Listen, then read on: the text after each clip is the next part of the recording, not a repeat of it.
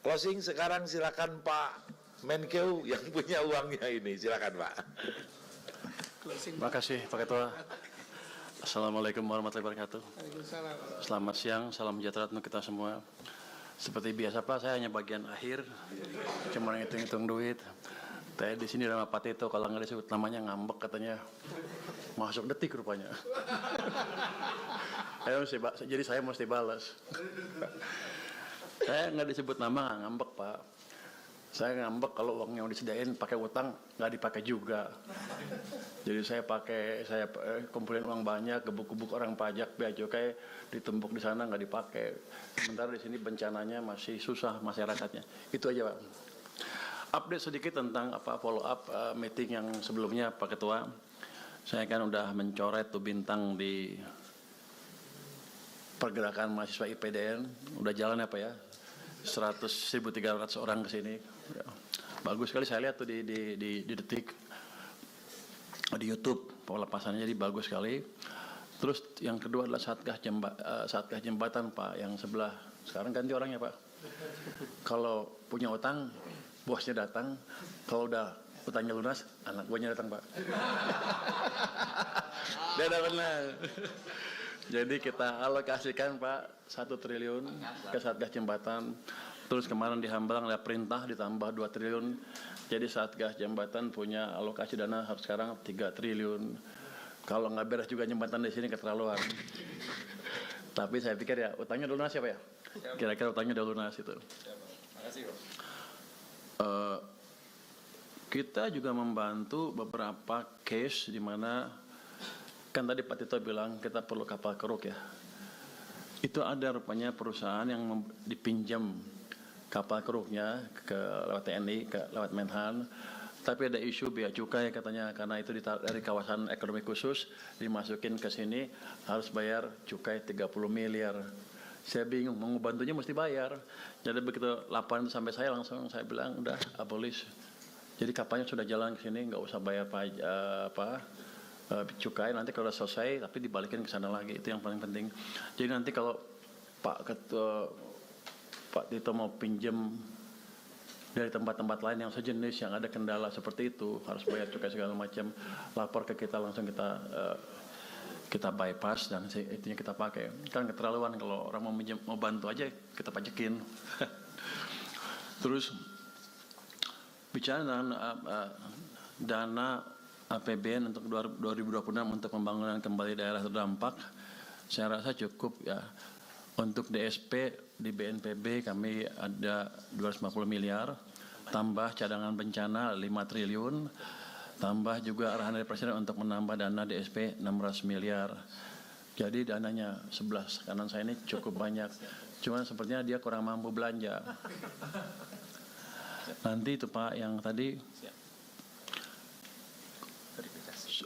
uang saku pengungsi yang 15.000 per orang per hari ya. Kalau Kamsos kan belum bisa masuk kelihatannya ya. Kenapa Anda nggak masuk? Anggap ini masih bencana sampai akhir musim hujan kira-kira gitu. Jadi Anda bisa masuk. Datanya kalau data nggak usah sempurna amat. Orang bencana mana bisa data sempurna. Yang penting bisa terverifikasi. Ada yang bertanggung jawab gitu. Itu harusnya besok juga bisa tuh mereka dikasih uangnya, bisa nggak? Kalau sudah ada datanya kan? Loh, Anda datanya udah ada? Ada. Ya, yang nggak usah sempurna sekali, udah SK buatnya mereka tanggung jawab kan. Anda masuk, besok bisa? Bisa. Oh, udah bisa tuh besok? Saya besok ya? BNBA-nya ada. BNBA-nya ada. Oh, udah, kalau nggak selesai tunggu data sempurna sampai kapan? Nggak ada data yang sempurna itu. Betul Pak. Kita buat data itu aja, data sen bertahun-tahun, data pendudukan bertahun-tahun, nggak ada sempurna. Data beras aja nggak sempurna. Nggak ada yang sempurna. Saya pikir ambil resiko aja. Kan Anda yang beresiko, saya enggak. Pak Menko sama satu lagi, syarat salur tadi, syarat salur. Syarat salur. Syarat salur. Tidak terlalu ribet biar percepatan pembangunan di daerahnya. Kita lebih maju lagi Pak. Karena ini keuangan Pak. Cepat pokoknya.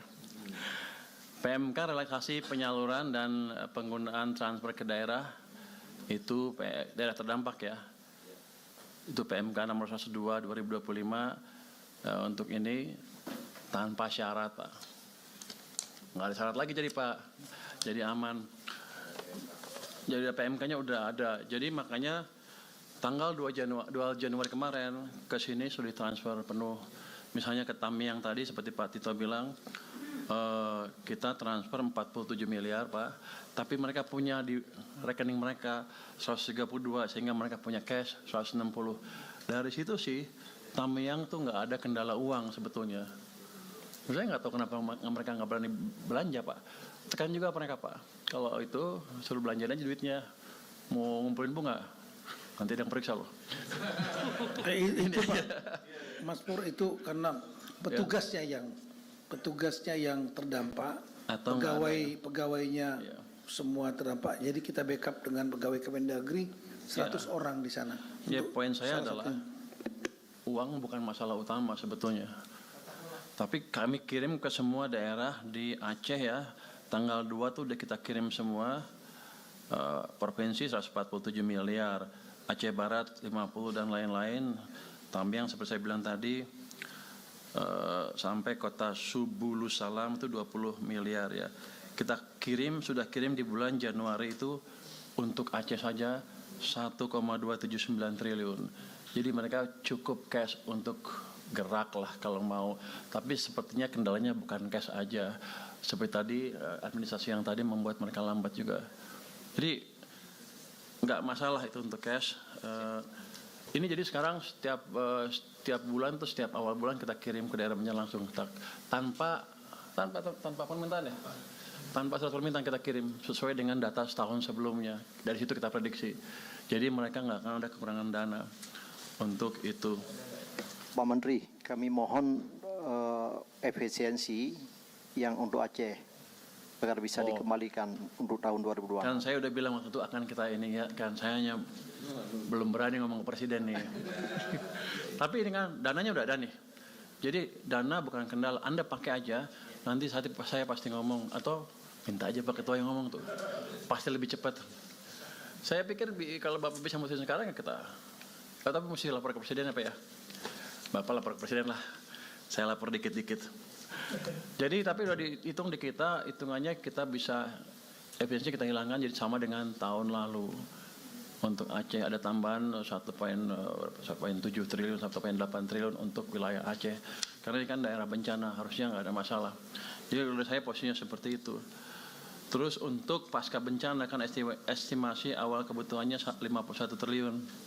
Yang saya dapat sampai sekarang ya, itu bisa dipenuhi dari pemanfaatan alokasi hasil prioritasi APBN itu sekitar 50 triliun lebih. Itu uang-uang yang untuk rapat-rapat nggak jelas saya bilang dulu. Kita juga relokasi anggaran untuk infrastruktur, kementerian lembaga dan infrastruktur 2026. Ini diprioritaskan untuk pembangunan kembali infrastruktur di 3 provinsi yang terdampak ini. Kemudian saya bilang tadi BNPB punya cadangan 5 triliun. Tapi saya usul ke kementerian lembaga kayak PU, yang lain-lain, kalau ada punya proyek yang di Aceh, dipercepat aja. Semua kementerian lembaga jadi nggak ada masalah. Masalah bos dari Kemendikbud tadi, Disdasbud ya? Apa? Dasmen. Gandeng dulu ya. Soalnya saya zaman dulu. Tahunya Dikbud aja, Dikdasmen.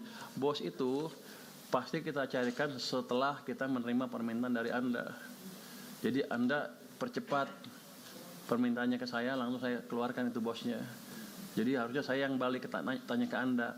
Untuk Aceh, tolong dipercepat supaya bisa saya keluarkan lebih cepat. Suratnya sudah dikirim Pak Menteri. Sudah dikirim suratnya. Kapan itu? Pak Dirjen. Kapan? Tanggal 7. Tanggal 7? Betul Pak. Tanggal 7 ada apa? Ya, 2 hari yang lalu. Oh, harusnya tanggal 31 Desember. Menteri. Tanggal 2 saya keluarin. Pak Menteri, Kalau gitu Anda boleh protes. Kalau Bentar. sekarang masih baru. yang diusulkan tuh efisiensi yang transfer ke Aceh, TKD. yang TKD.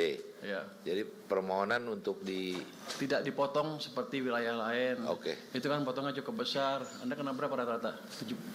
30, 40%? nggak banyak itu. Jadi kita hitung akan ada tambahan sekitar 1,7, harusnya sih nggak ada masalah. Sekarang tapi nggak terlalu yang gimana? Boleh kan? Bentar nih. Boleh. Ya. Ya.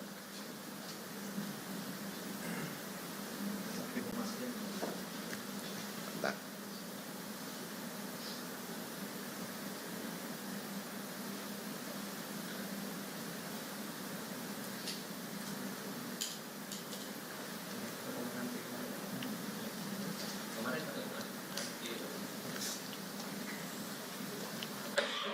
Karena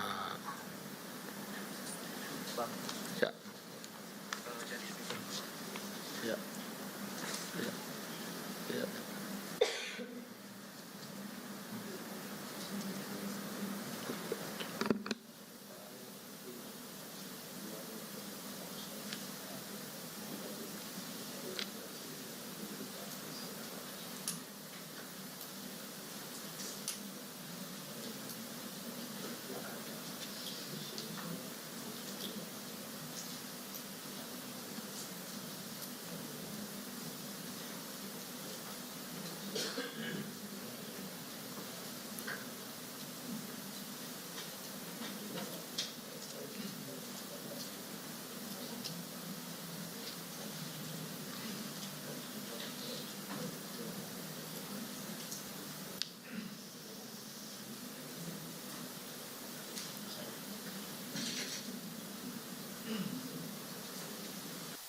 Kalau saya kan nggak bisa telepon, beliau yang bisa telepon. Pak Ketua, saya nanya tadi, Bapak minta persetujuan sama pemerintah. Kayaknya minta persetujuan, jadi clear. Jadi untuk tahun ini anggaran Anda akan penuh seperti tahun lalu, nggak dipotong. Jadi dapat 1,6, 1,7 kalau nggak salah. Ya? Iya. Dulu kan saya janji saya mau bicara, belum sempat ke sana sini soalnya barusan Pak Ketua udah telepon dan Pak Presiden bilang setuju. Jadi aman Anda semuanya. Ini tindak lanjut rapat kemarin ya. Yang saya lalai baru Pak Ketua yang menjalankan. Terima kasih Pak Ketua. Tapi udah kita hitung semuanya secara anggaran bisa, nggak ada masalah. Terus saya mungkin bicara sedikit Pak tentang ini. Ketpres Satgas Percepatan Rehabilitasi. Ini saya cuma mau bacakan sedikit mekanismenya karena banyak yang bingung, saya juga bingung sebetulnya awalnya. Yang saya perlu bacakan di sini, mekanisme kerjanya adalah usulan dari masing-masing bidang disampaikan ketua bidang kepada ketua tim pelaksana. Nanti ketua tim pelaksana menyampaikan usulan kepada ketua tim pengarah untuk ditetapkan. Agak bertele-tele juga ya, tapi kayaknya begini ini prosedurnya ya. Terus anggaran pelaksanaan tugas Satgas diusulkan oleh ketua tim pelaksana dan pimpinan KL terkait kepada Menteri Keuangan sesuai ketentuan perundang-undangan ya. Terus segala pendanaan untuk pelaksanaan Kepres ini bersumber dari APBN dan sumber lain yang sah. Yang saya ingin bacakan lagi adalah prosedur penganggaran rehab rekon pada DIPA Kementerian Lembaga. Ini beda dengan punya Anda ya. Anda belanja langsung aja. Siap. Yang tadi besok bisa ya? Pak, lagi. Sesuai Kepres nomor 1 2026 tentang Satuan Tugas Percepatan Rehabilitasi dan Rekonstruksi Pasca Bencana Alam di Provinsi Aceh, Provinsi Sumatera Utara, dan Provinsi Sumatera Barat, Kemenko PMK bertindak sebagai Ketua Tim Pengarah Satuan Tugas dan Mendagri sebagai Ketua Tim Pelaksana untuk harmonisasi program bagi kementerian lembaga yang akan menyalurkan bantuan. Yang kedua, berdasarkan program dan rencana kerja anggaran yang telah mendapat persetujuan Satgas, KL yang mendapatkan penugasan menyampaikan usulan anggaran kepada Menkyu. Jadi sana terus sini Pak. Kemudian yang ketiga, pemenuhan anggaran dapat menggunakan RO khusus dan atau ABT dari BABUN. Ya. Pimpinan Kementerian Lembaga menerbitkan surat keputusan Menteri atau pimpinan lembaga dan surat pernyataan tanggung jawab mutlak untuk menggunakan anggaran yang ada pada RO khusus. Yang kelima, dalam hal anggaran RO khusus tidak mencukupi, Kementerian Lembaga melakukan optimalisasi dari alokasi anggaran yang tersedia untuk melaksanakan kegiatan yang terkait dengan pemulihan pasca bencana di Sumatera. Yang keenam, terhadap hal anggaran KL tetap tidak mencukupi, pimpinan KL dapat mengajukan anggaran belanja tambahan kepada Menteri Keuangan. Jadi mungkin itu prosedur yang mesti diikuti oleh kementerian lembaga ke depannya supaya semuanya clear. Mungkin demikian update dari kami, Pak. Terima kasih. Wassalamualaikum warahmatullahi wabarakatuh. Terima kasih Pak Menkeu. Sekarang sudah semua ya, sudah menyampaikan, tinggal kita ambil kesimpulan rapat pada siang hari ini. Luar biasa, produktif sekali. Silakan, Prof. Izin Pak, klarifikasi Pak untuk update. Ya, Nggih, izin Pak Kemdikdasmen Pak, terkait dengan Mebler yang tadi Pak Tito sampaikan. Jadi minggu depan bos cair Mebler Pak langsung bisa digunakan. Minggu depan kami akan datang mengumpulkan semua dinas untuk verifikasi berapa kebutuhannya Pak. Nah, kemudian minggu kedua Februari kita akan lakukan verbal, kita berikan bantuan revit. Jadi Pak Tito kita siapkan. oke. Ya, saya kira ini bagus sekali pimpinan. Jadi kan BOS itu mekanismenya dari Kementerian Dikdasmen sama seperti Menteri Kesehatan, langsung BOK, Badan Bantuan Operasional Kesehatan itu langsung ke rumah sakit, ya, nggak melalui Pemda, mohon maaf nih ke Pemda. Jadi dari Dikdasmen langsung kepada sekolah. Tapi tolong lengkapi dengan petunjuk teknis kepada sekolah itu yang memberikan power kepada mereka, nggak ragu-ragu bahwa uang itu bisa digunakan untuk beli mebler, peralatan sekolah dan lain-lain, sehingga mereka bisa nggak ragu-ragu menggunakan itu. Terima kasih. Ya, sepatnya ya, juklak-juknisnya ya. Silakan, Prof. Baik, terima kasih. Sampailah kemudian kita pada kesimpulan rapat. Saya ucapkan terima kasih atas kehadiran Bapak-Bapak, Ibu-Ibu sekalian dalam rapat bersama pada hari ini.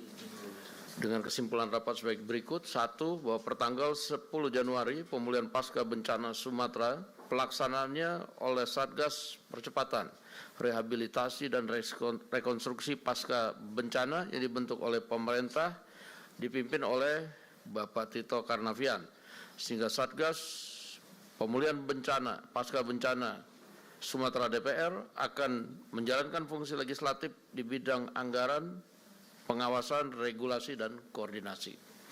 Kemudian yang kedua, rehabilitasi dan rekonstruksi pasca bencana Sumatera yang dilakukan dengan skala nasional yang terintegrasi dengan seluruh kementerian dan lembaga yang tergabung dalam Satgas Percepatan Rehabilitasi dan Rekonstruksi Pasca Bencana Sumatera akan melakukan percepatan-percepatan yang dianggap perlu.